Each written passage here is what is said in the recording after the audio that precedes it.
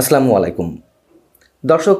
ঘোষণাপত্রকে সামনে রেখে প্রধান উপদেষ্টার নেতৃত্বে বা তার সভাপতিত্বে যে সর্বদলীয় বৈঠকটি হওয়ার কথা ছিল, সেই বৈঠকের দিন বৃহস্পতিবার আমরা নানান ধরনের নাটকীয়তার মধ্যে দিয়ে যেতে দেখলাম এবং তোপের মুখে পড়লেন কথিত মাস্টার মাইন্ড উপদেষ্টা মাহফুজ আলম। একই সঙ্গে সরকারের জন্য সাংঘাতিকভাবে প্রেস্টিজিয়াস ইস্যু হয়ে পড়েছিল এই দিনটি। আমরা দেখলাম যে কোনো কোনো দল এই বৈঠক প্রত্যাখ্যান করলেন এবং কোনো কোনো দলের নেতাদের মুখে ঘোষণাপত্রের খসড়া কারা করেছেন বা কে করেছেন তা নিয়েও প্রশ্ন উঠেছে, উত্তর মেলেনি। প্রথমে আমরা দেখলাম যে বুধবার রাত 10টার দিকে বৃহস্পতিবারের বৈঠক নিয়ে আমন্ত্রণ জানানো হলো হোয়াটসঅ্যাপের খুদে বার্তায় বিভিন্ন দলের শীর্ষ নেতাদের কাছে। বৃহস্পতিবার বৈঠক, বুধবার রাত 10টার সময় বার্তা যায়। আবার কোনো কোনো দলকে বৈঠকের দিন সকালেই আমন্ত্রণ জানানো হলো, কাউকে বা আমন্ত্রণ জানানো হলো মাত্র 2 ঘন্টা 2.5 ঘন্টা আগে, দুপুর 1টার দিকে বাংলাদেশের কমিউনিস্ট পার্টির সিপিবিকে আমন্ত্রণ জানানো হয়েছে, এরকম আরও 2-1টা দলকে আমন্ত্রণ জানানো হয়েছে। তারা বৈঠকটি প্রত্যাখ্যান করলো। সিপিবি, বাসদ, 12 দলীয় জোট।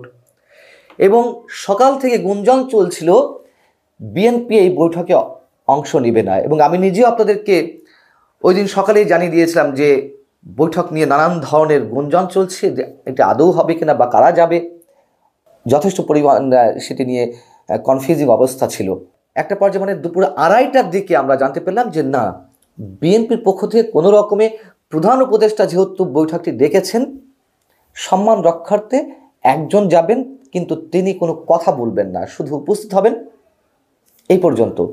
একটা পর্যায়ে তারপরে জানা গেল যে বিএনপি স্থায়ী কমিটির সদস্য সালাউদ্দিন আহমেদ যাবেন।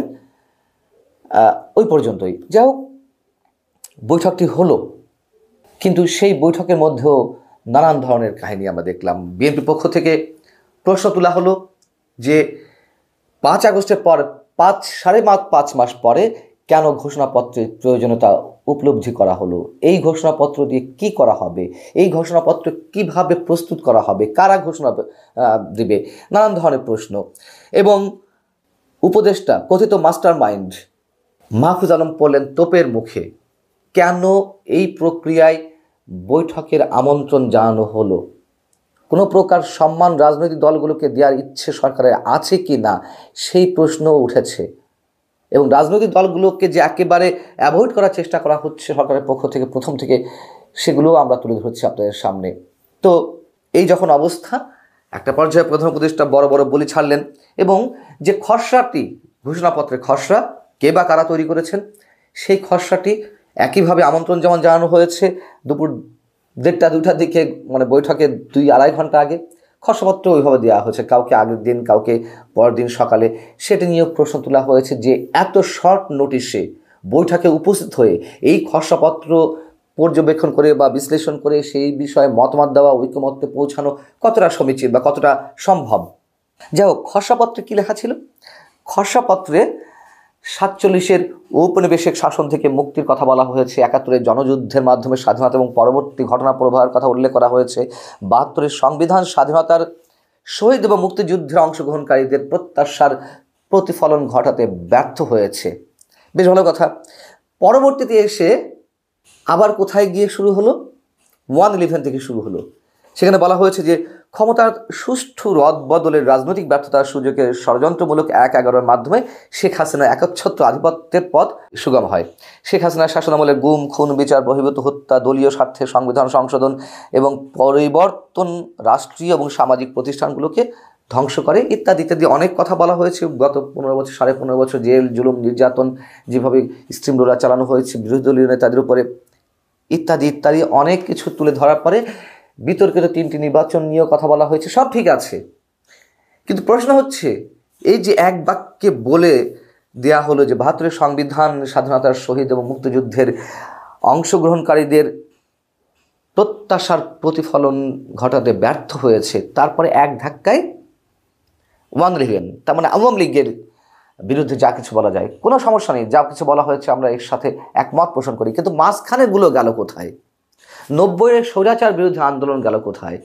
মাঝখানে যে সামরিক বাহিনীতে কু, পাল্টা কু, দেশকে নিয়ে ষড়যন্ত্র, সেগুলো গেল কোথায়? মানে এইগুলো তাদের কাছে কোনো ধর্তব্য না যারা এটি লিখেছে খসড়াপত্র। এবং আমি নিশ্চিত যে হয়তো নতুন করে কিছু শব্দ সংযোজন করা হয়েছে, সম্পূর্ণটাই বা অধিকাংশই বৈষম্য বিরোধী ছাত্র আন্দোলন বা জাতীয় নাগরিক কমিটির যে খসড়া সেখান থেকে নেওয়া হয়েছে।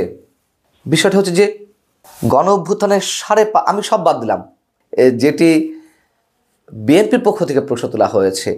গণ অভ্যুত্থানের 5.5 মাস পর রাজনৈতিক ও ঐতিহাসিকভাবে জুলাই ঘোষণাপত্রের কি প্রয়োজন ছিল, যেটি প্রথমে বলছিলাম, এবং এই ঘোষণাপত্রে শুধু 36 দিনের বৈপ্লবিক কাহিনী কেন এর মধ্যে সংযোজিত হবে? কথিত বৈপ্লবিক কাহিনী, আওয়ামী লীগের বিরুদ্ধে বা ফ্যাসিবাদের বিরুদ্ধে লড়াই যদি আসে 15.5 বছর 16 বছরের কথা আসতে হবে। এটি যেমন বলেছে বিএনপি, বলেছে গণ অধিকার পরিষদ, বলেছে গণসংহতি আন্দোলন সহ আরও বিভিন্ন রাজনৈতিক দল। আর কমিউনিস্ট পার্টি, বাসদ, তারা তো যায়নি।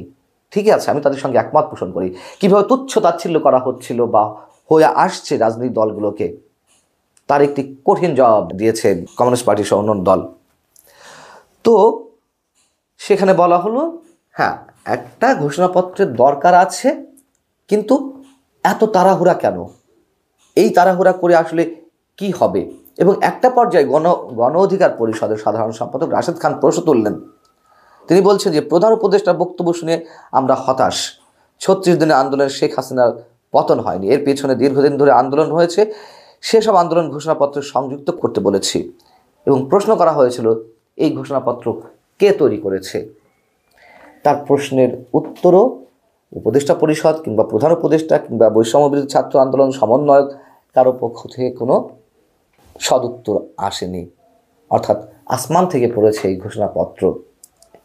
আর উপদেষ্টা মাহফুজ আলম তার নানান ধরনের বৈপ্লবিক পরামর্শই তো সব কিছু চলছে। সেই জায়গা থেকে আমরা বলতে চাই, অন্তত আমি বলতে চাই, এগুলো কোনো লাভ নেই, কোনো প্রকারের বিন্দুমাত্র কোনো লাভ হবে না। জাস্ট একটা উত্তেজনা সৃষ্টি হচ্ছে এর মধ্য দিয়ে, রাজনীতি আরও অস্থির হয়ে উঠছে, অস্থিতিশীলতার সৃষ্টি সমূহ সম্ভাবনা দেখা দিচ্ছে। কোনো লাভ হবে না এগুলো করে, শুধু নাটক চলবে। ডেইলি সোপের মতন নানান ধরনের কাহিনী আমরা প্রতিদিন দেখব। টেলিভিশনে ডেইলি সোপ হয় না, ধারাবাহিক যে নাটকগুলো যার কোনো শেষ নেই, কোথায় গিয়ে শেষ হবে কেউ জানে না, চলতেই আছে। এগুলো মনে হচ্ছে চলতেই আছে, কিন্তু আপাতত সেটা মনে হলো শেষ তো আছেই। ছাত্র সমন্বয় একটা বড় ধাক্কা খাচ্ছেন। প্রথম ধাক্কা খেয়েছে রাষ্ট্রপতির অপসারণের দাবিকে কেন্দ্র করে, দ্বিতীয় ধাক্কা খেয়েছে 31 ডিসেম্বর তারা সংবিধানের খবর রচনা করে তারা সংবিধান একেবারে ছুঁড়ে ফেলবে, তৃতীয় ধাক্কা খেলো বৃহস্পতিবার, এবং সরকারও নিশ্চয়ই একটা ধাক্কা খেয়েছে। আল্লাহ হাফেজ, ভালো থাকুন সবাই।